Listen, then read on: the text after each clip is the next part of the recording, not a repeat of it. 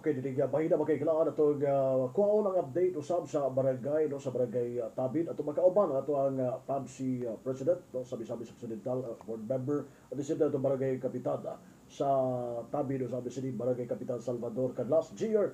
Dinig bahina sa iniskwitala no sa barangay Tabid labi na sa mga projects sa pa nga may impormasyon dinig bahina kakuha na to pagtibaya si barangay kapitan June Carlas. Sir, may adlaw kaniko. Mayang adlaw sir no, unas tanan ako sang pasalamatan ang namunuan sa Asinso Pinoy Party List ang ato haylain ang atong very hardworking Governor Henry Sibilya Waminal ug sa ato ang 2nd District Congressman Sancho Fernando Puentes Waminal ug sa ato ang pinalanggang mayor diri sa Osamis Mayor Attorney Henry Puentes Waminal Jr. Sa ilahang dakong mga tabang o gihatag nga serbisyo diri sa Barangay Tabid. Yeah. Okay. By the way, no, sa nining 2025, o sa mga priority o sa mga projects ginawaman, labi na sa Barangay Tabid, Kapitan. Dako jud kayo sir no. Sa karon lang atong mga miaging tuig kami nagiskot nami mismo sa para 2025 nga ilang ipanghatag nga proyekto o serbisyo diri sa Barangay Tabid. Una sa ato sang isgutan ang gi-allocate ni sa ato ang congressman sa 2nd District. Duha ni kadagko nga proyekto road concreting ni siya. Sa Purok 4 going to Purok 3 dayon Purok 2 nga Purok na siya. Duha ni siya ka puro ni siya Purok ang yang gitagaan gilukitan og budget karong 2025. So dalan din siya no. Pilang road concreting. Road concreting. Pila yung gitas ang gitas lang ana murag humanon mo gito ang kanang nga Purok Purok 4 sumpay sa Purok 3 mahuman na siya kanang Purok 2 nga Purok taas-taas mo na siya mahuman po na siya karong tuiga. Okay. So road concreting halos imong mga dalan no murag konkreto na. Mo ginay akong gipaningkamutan, mo ginay akong giuna gyud sa ako ang mga priority ang pagsiminto sa mga kadalanan aron ang mga proyekto o mga produkto nga maka agi ana nga mga kasada sayo na nila pag-agi. Ilabi na sa mga farmers. Sa mga farmers. Dayon ang sa ato ang local government diri sa Osamis napud say gihatag karong tuiga nga budget ang ato ang water system diri sa Purok 1. Nagkantidad na siya og 3.2 million. Okay. Water system na siya. Sa may makabenepisyo ding water system? Ang kanang water system makabenepisyo ana pohon ug mahuman na nara sa Purok 1 o Purok 2. Purok 3 ana mahatagan na niya og supply sa tubig. Problema rin gyapon ninyo ang tubig, no? Ang karon himusgan ninyo ang kaning sa water system. Ang kana gyud po amo ang gikuan karon kay dugay na nga gimulok pod sa mga katawan diri. Labi na kanang sa babaw dapit nga. Dayon additional po na naghatag po ang ato ang City Mayor karon through Mayor Indy nga ang kaning gym nato sa bitong gym sa Purok 1 kanang dako nga gym yan ang nanay completion ana karong tuiga pod niya gihatag. Malimo na niya airconon man kuno na. Airconon na siya. Okay, so karon. Mas hamugaway na unya no magamit sa mga tao open labi na sa imo no. May mga dagko nga event pwede na may makakita na. Okay. So good guy. Okay, mahimo naman siyang air condition. Pero unsa man siya i-close gid sa kay aircon. Close na siya. Close type na siya. Close type. I see. Mo na gisaad sa to ang pinalanggang mayor. Okay, gawas niya na unsa pay mga projects labi na karon sa 2025 nga katong nabutang nimo sa barangay development plan ninyo. Ang sa barangay development plan namo, karong tuiga nag-allocate pud mi og katong road concreting diri pa sa Purok 1 na siya padulong sa mga sudlunon nga na may mga balay nga Sa sudlunon. baybay na, Padulong baybay na yung mga balay dira nga sudlunon dito na mag-allocate ang among 20% na sa 1.2 million. Mga 20% karon. Okay, so pero nagsugod na ang trabaho niya. Wala pa, wala kay nagulat pa mi sa ma-approve tong budget aya mi mo pasa og kanang request dito sa city engineers nga mamo ang ipabatan og program. Daghan man tao diya sa baybay kap. Daghan ubay-ubay na itong mga katawan gani ang kaning barangay Tabid karon na increase ang population. Hasta sa anang mga butante Mga butante diri sa Tabid ang itaas niya karong tuiga. Okay. So salamat kayo labot diyan kap. And by the way, no, sa inisgutanan sa kay mga barangay na ano sa daghan mga solar lights. Imo diri kumusta man diri mo? Ubay-ubay na po ang among na projectan o nami solar lights o nabutangan namo then mag-additional na pud mi og solar lights karong tuiga. Pila additional niyo na naka-budget adto na sa mga 350,000 amo na putong bahinon sa taga Purok. Na po to. Okay, asa ba nakapitan nga mapahimutang ang mga solar lights? Isumpay ra po namo atong mga daan nga mga kulang naman diri kani nga dalan diri por 4 na kulang da nga solar lights then padulong po 4 to barangay Litapan na po yung mga dalan da nga ngit-ngit isumpay ra po namo ito. Okay. Aron mahayag na mga kadalanan. So makabintaha gyud og solar lights kap no. Magkabintaha siya kay dili na siya madakan sa bayro non. So halos imong mga kwadri na ka solar lights ta. Oo, tanang Purok nanay mga solar lights ang mga dalan. Okay, salamat kay nabot na kapitan. And nasayod ta ka kani sa in terms no sa pagpanganda mo sa kumusta ka sa BDRR ninyo no sa Barangay Disaster Risk Reduction ninyo. Usa mga possible mga priority ninyo labi na karon sa 2025. Kaya napil maghapon na sa development barangay development plan no. Kabahin mo ang sa amo adri mas at amo lang kalipay nga ang kaning barangay Tabid dili gid nga maigo gid siya prone sa baha. Disaster. Sa disaster pero nag-prepare gyapon mi og para sa budget para sa disaster. Gani ang among mga balay og na magaling magtukod nga balay diri daplin sa sapa amo ginang ginabawal na siya. Okay, gididan aron dili gid sila dili gid sila mayon og na magaling baha pero bisan inanas ka kusog nga ulan wala man gid poy baha diri nga kusog. Diri sa barangay Tabid. Okay, kaya nasayod ta barangay Tabid ubos man siya no. Abog siya ang barangay Tabid di ba limited man gud siya. Okay, so sa ang ubos dito nga buhahin dili ra pud siya makuan sa tubig.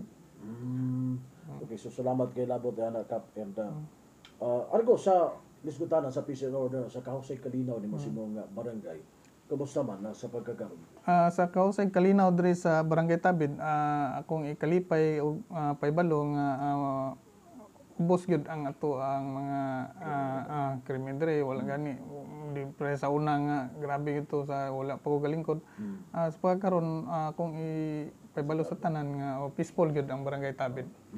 Gani every night ang ato ang chairman sa Peace and Order Konsehal Malaubang siya taga-gabi gina siya mag-rubing diri rubing gina siya magabi kay nagkuan man pud mi anang sa kanang curfew hours alas 10 wala na gini mga batan-on magsuri-suri diri sa barangay kay alas 12 kato mga hamtong na kinanglan na pud to siya mo uli na gid pala di na magasgawas.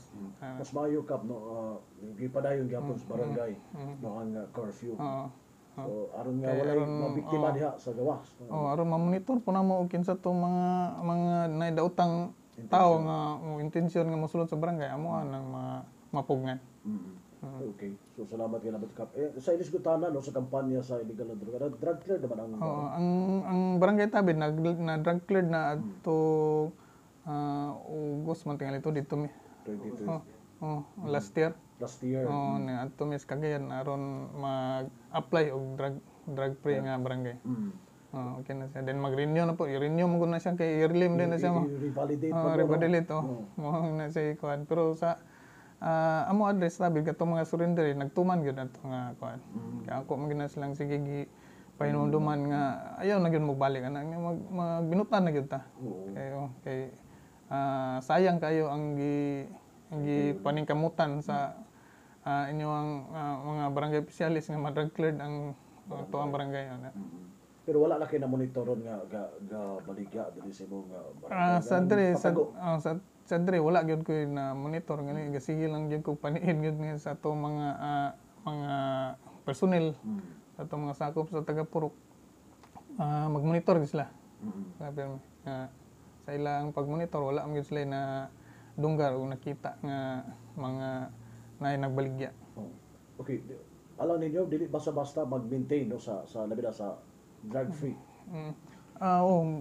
Sa ako alang dili man siya ingon kayo nga lisod kay basta ma-drug cleared na ka imo magfollow up na lang man ka sa mga katong mga surrender o na kuan ba sila ning tunong bagid sila moro na siya wa bay nagbalik sa wa na balik sa legal nga duga kana moro man sila na mo gi monitor day na ami katong duha ka puser nga mo suluray yung agad nga gulat na lang ni sa katong makasulod to silang bahay silangan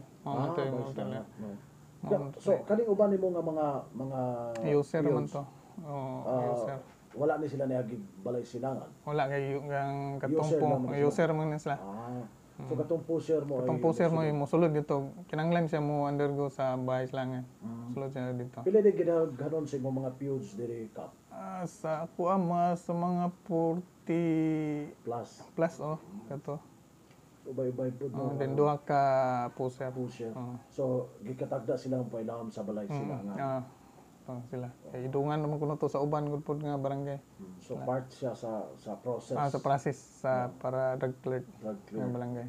Okay salamat kay labot niya Kapitan Ed sa paghisgot no sa wa yung mga kaso sa kawat o may kaso sa mga lungkab na itabo sa barangay. Naay mga naitabo din nang ginagmay ng mga kawat manok kanang murag kanang pangsilingan bitaw nga tingali kaon lang pero kanang mga dinagko wala gyud na sila wala gyud sa tabit. Okay so salamat kay labot dinagko. And ari ko no sa hinusgutanan sa health no kumusta ba imong katawan diri sa hinusgutanan sa ilang panglawas no sa health. Ang sa health pod naatay natala diri sa barangay adto dengue cases duha ka buok na siya diri sa Proctes karong bulana lang sa January. Subok nga natala sa diri sa barangay. Asa man ang Proctes? Proctes diri Pro 4 mes ang sunod na Pro 3 na siya. Sa ubos. Then ang ato mga BSW mga katawan ra ako nagyang gipa pahina na gyud sila kay dili man gyud malikayan ning sigilag gaulan mo nang usay tunong po to nga December na busy tingali sila mo nang wala ni kay sila makalok di pagkaron ako na silang ipabalik og palihok katong mga tubig nga mga stock bitaw kinanglan nila na yabo usa man to bata hanto na bata bata to siya nga di po to amo ko to nakuha sa ilahara po ilahara gyud to so di gyud kumpensaan nang to nagpaging naman po dito ang taga City Health last week nagpaging na siya so muna dili kumpensaan gyapon dili gyud kumpensaan labi na kaning ting-ulan padayon kita mag-monitor sa ato mga area paghinlo gyud no paghinlo naba mo iguan murag pahina nga schedule ka ang pahina diri ako ginang gi-schedule na taga semana gyud taga semana gina ilang kuan schedule then sa mga balay magkuan po na ang taga mga lisod po kay dili mo na maato po sa barangay opisyales barangay personnel nga tagsataon mga ila dapat katong mga tagya sa balay magkuan gyud punto sila ning kamot gyud punto sila pagkabarangay ilahan ko nang balay sa aron nga mahimong luwas tanan sa anang ato ang dengue gawa sa kaning dengue so far wala mang sabing kasagal ubo o sa may mga kuan na wala na mo kayo ganang napay panghilantan ginagmay ra mo gana Pero og panalitan ay mga ubo hilanat ka. Na may available ang barangay nga tambal ato niya. Sa pagkakaroon hutdan na gyud ang ato ang barangay barangay health station hutdan na siya ganang mga tambal no. Okay. Pero Mag-purchase mag-purchase naman po may yearly may mag-purchase Ay, na. na yun. Pero naman po gihatag ang ato ang opisina sa ato ang congressman na muhatag po diri sila mga tambal. Oo. Sige, mas may labot nila kap. And ari ko no sa mga programa, labi na sa programa sa pangagamanan, katong one professional, one family program, and also the katong sa hospitalization. No? Kamusta man yung mga diri, no? Ubay-ubay ba ang nagkakaibulos? Sa anita sa op ubay-ubay gyud ang nagka-benepisyo ana diri sa Barangay Tabid. Na may 55 ka buok nga op nga grante diri sa amo ang barangay. Naapoy nang graduate na then naapoy mosulod na pud kuan naman po na sagot. Kung na mo graduate mo na poy puli. Puli na po. So daghan na no. Ang allocated katabang gyud nila. Makatabang yung kanila. Gali daghan kay magpalista niya sa limited mangud ang slot mo nang ako gid na silang ginasunod og kinsa toy una makalista mao gid toy ma priority na pod pagka magkante. Kasagaran mo estudyante sa American Eskwela ni sila. Estudyante na sa Lasal, na sa MU, na sa MIT, din na po sa Tanggob. Mas maayo, no? 50 plus, no? 54. 55.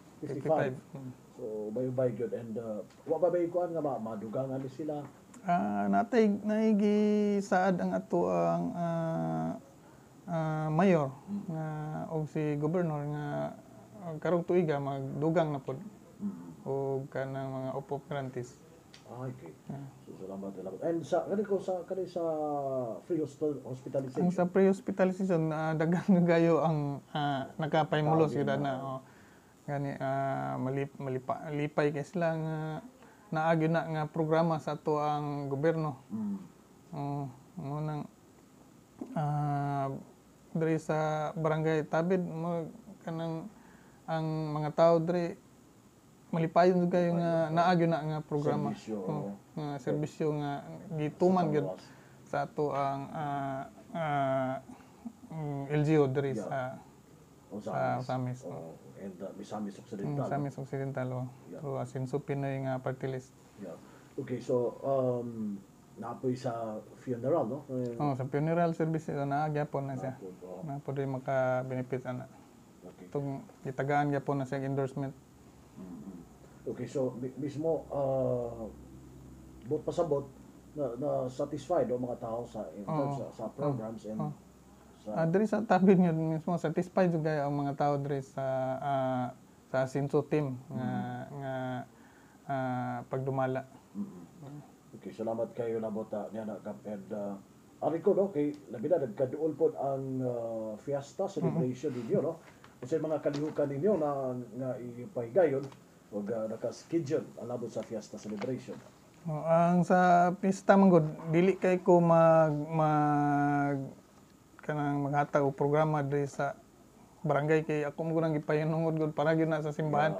Dapat ilagid ang mga kalihukan na gali nalay gamay nga kuan ang iski kay gusto po sila na mga kalihukan naslay interpurok nga basketball then invitational nga volleyball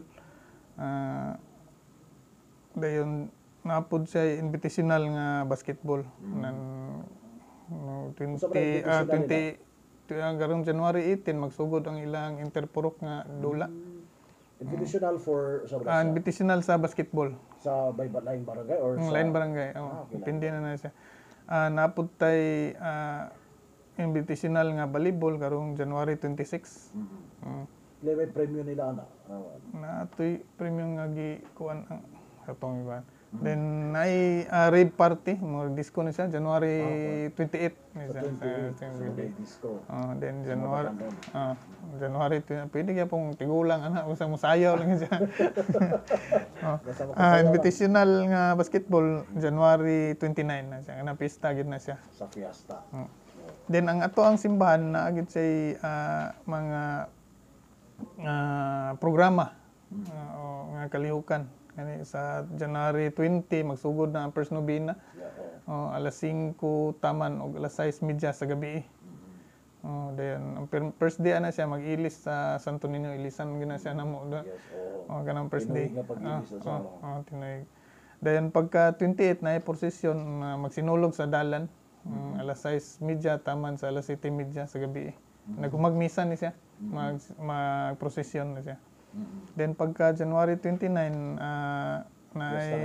pista na gyud si ang ato ang Archbishop no, Monsignor Umuad ang mumisan sa alas 9 sa buntag. Then pagkasunod pagkahuman na ay Santo Niñohan kana bitang murag sayaw. Murag role play bitaw siya nga giunsa pag abot sa Santo Niño diri sa Pilipinas. Muna siya. Santo Niñohan. Muna Santo Niñohan mo tigikuan sa ato ang bag-ong kura paroko diri sa Tabid Father Archer bukya. Okay. So naagyo coordination no, naagyo ang pagbayayong sa barangay ug sa simbahan. Kay amo gud gusto mo gud namo nga hanay tanan. Then aron ug unsay mga amo ang matabang sa barangay, labi na ang amo ang mga bipat makahatag gid mi dito, maka-assist gid mi. Okay, gani murag pila na katuig murag maghatag mo siguro kag baka ba na siguro diha sa simbahan ka, di ba? Yearly magid mi maghatag dra og ka. Kuan sa nang taga-pista diri sa Barangay Tabid. Salamat sa imong suporta diha sa simbahan. And basin do na kay additional information kap nga wala mo na pangutanan ning bayna. Nabuti mo ipaabot labi na sa mga katawan nga naminaw na turon, labi na sa katawan diri sa Barangay Tabid. Ako lang mensahe diri sa ang katawan diri sa Barangay Tabid nga unta ang ato ang mga katawan padayon sa pagsuporta yun sa namunuan labi na sa ato ang sa probinsya, sa ato ang Governor Henry Waminal, sa ato ang Congressman diri sa 2nd District, Congressman Sancho Fernando Puentes Waminal, ug sa ato ang halangdong mayor, Mayor Indy Waminal. Padayon ta magsuporta gani kita naman gyud nato unsa ang nabati diri sa Tabid, unsa pag-asenso ang nabati diri sa Tabid mo nang dili man gyud pod mo asenso ang syudad kung dili gyud magagikan gyud sa barangay, di ba?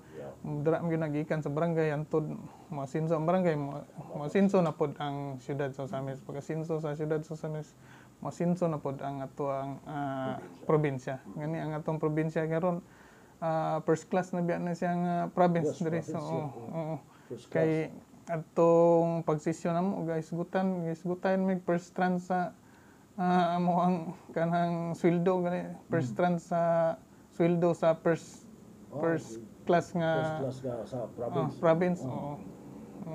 Mo nang dako kay na natong garbo diri sa tanang Misamis nun. Ato ang probinsya na first class na sa kadugay panahon. Okay. So salamat kay namo dira board no kap and ari ko sa kuan no sa president sa barangay sa Tibok Misamis Occidental no. Kumusta man ang mga tag-barangay sa Tibok Misamis Occidental? Gawas ato na may mga doon na may mga patrol vehicle no. Usa pa yung mga update, usa pa yung mga projects na sa amo sa mga ABC mag-meeting magid mi monthly. Mag-update gyud pug nila sa mga problema sa ilang mga barangay. So far wala pa man. Yun ang ilang gipaabot sa ako kay sagara ang chief executive naman ginay mo kuan, ang mayor naman ginay mo kuan, igo ra mo assist gyud sa mayor.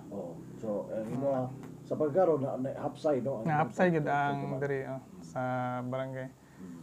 Tibok barangay sa Misamis Occidental. Isip tingog no sa tanan nga mga kapitan no. Ikaw may kadala ni yes, sir. Sa probinsya sa Misamis Occidental. Kap, thank you ha. Salamat og salamat kay sir. Salamat kay sir. Salamat. Pinoy. Ito na kauban si board member and PABC President, Board Member Salvador Canlas, atong barangay kapital sa diri sa barangay Tabi. So kauban ako diri sa barangay Tabi si Double D 45, Dudong Bargamento kini si Double D 8, Manuel Ron Kinuji. Salamat.